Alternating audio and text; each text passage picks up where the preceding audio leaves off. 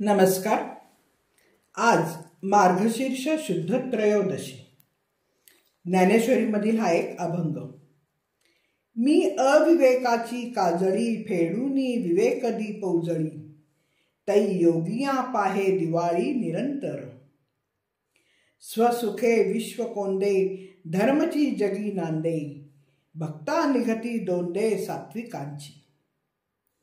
तै पापाचा अचळू फिटे पुण्याची पहाट फुटे, जै मूर्ती माझी प्रगटे पंडू कुमरा.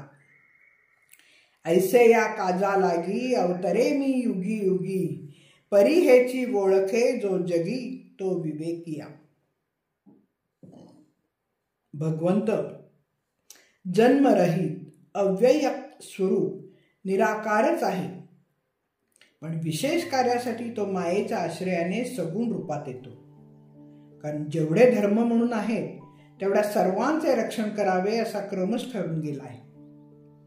अधर्माचे प्राबल्य झाले, धर्म धोक्यात येऊ लागला की भगवंताला आपले निराकारत्व दूर सारून आकाराला यावंच लागतं. मग तो आपला जन्मरहितपणा बाजूला सारून कुठेतरी जन्म घेतो. त्यावेळेला धर्माचा विचारच प्रमुख असल्याने तो आपले अव्यक्तपणही मनात आणत नाही.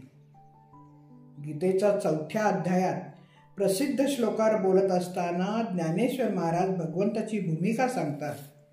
यदा यदा हि धर्मस्य ग्लानिर्भवति भारत, अभ्युत्थानं धर्मस्य तदात्मानं सृजाम्यहम्. परित्राणाय साधूनां विनाशाय च दुष्कृतां, धर्म संस्थापनार्थाय संभवानी युगे युगे. भगवंताला या पृथ्वी तलावर जेव्हा जेव्हा अधर्म वाढला त्या त्या वेळेला धर्म संस्थापने करता अवतार घ्यावाच लागला. कधी तो मत्स्य रूपात येऊन आपले अधर्म वाढवणाऱ्या दुष्ट शंकासुराला ठार मारतो व वेदांचा उद्धार केला. कूर्मरूप घेऊन बुडणाऱ्या पृथ्वीला पृष्ठभागी धारण करून समुद्र मंथनातून अमृतासह रत्ने बाहेर काढून मोहिनी अवतार घेऊन दुष्ट दैत्यांची खोडकी मोडली. मातलेल्या हिरण्याक्षाला ठार मारण्यासाठी वराह अवतार घेतला, तर विष्णू भक्त प्रल्हादासाठी यवचेतन खांबातून अद्भुत नृसिंह अवतार घेऊन देव शत्रू हिरण्यकश्यपाचे विदारण केले आणि भक्ताला तारले. वामन अवतारात उपेंद्राच्या रूपाने बळीचे दमन केले.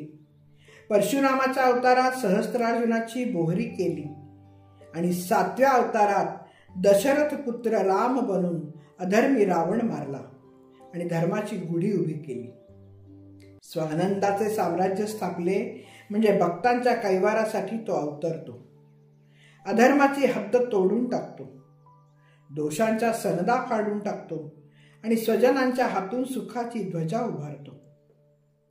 वरील सर्व उदाहरणांवरून असं कळतं की तो दैत्यांच्या कुळाचा नाश करतो आणि साधूंचा गेलेला मान पुन्हा मिळवून देतो. तो धर्म आणि नीतीची सांगड घालतो. स्वतः भगवंत सांगतात की मी विवेक दीपाला आलेली अविचारांची काजळी झाडून त्याला प्रज्वलित करतो. तेव्हा योगांना निरंतर अशी दिवाळी लाभते. सर्व जगच आत्मसुखाने भरून जाते आणि फक्त धर्मच नांदू लागतो. भक्तांना सात्विकतेची दोंदे येतात. माझी मूर्ती प्रकट झाली की पापांचे पर्वतही नाहीसे होतात आणि पुण्याचा प्रातःकाळ होतो. अर्जुनाला उद्देशून भगवंत बोलत असले तरी हे सर्व आपल्यासाठीच आहे. पुढे भगवंत म्हणतात की अशा संकटकाळी ते संकट दूर करण्यासाठी मी प्रत्येक युगात अवतार घेतो, पण लोकांच्या हे लक्षातच येत नाही. जो ओळखतो, समजून घेतो, तोच या जगात खरा विवेकी आहे असं म्हणतात. भगवंताच्या अवतारामागील उद्देश ज्ञानदेवांनी अतिशय सुंदर रीतीने वर्णिलेला दिसतो. संत निळोबा महाराज म्हणतात, उतरिला धरा भार जेणे घेऊन या अवतार. धन्यवाद. मी वाचक सौभाग्यवती पल्लवी कुलकर्णी. नमस्कार.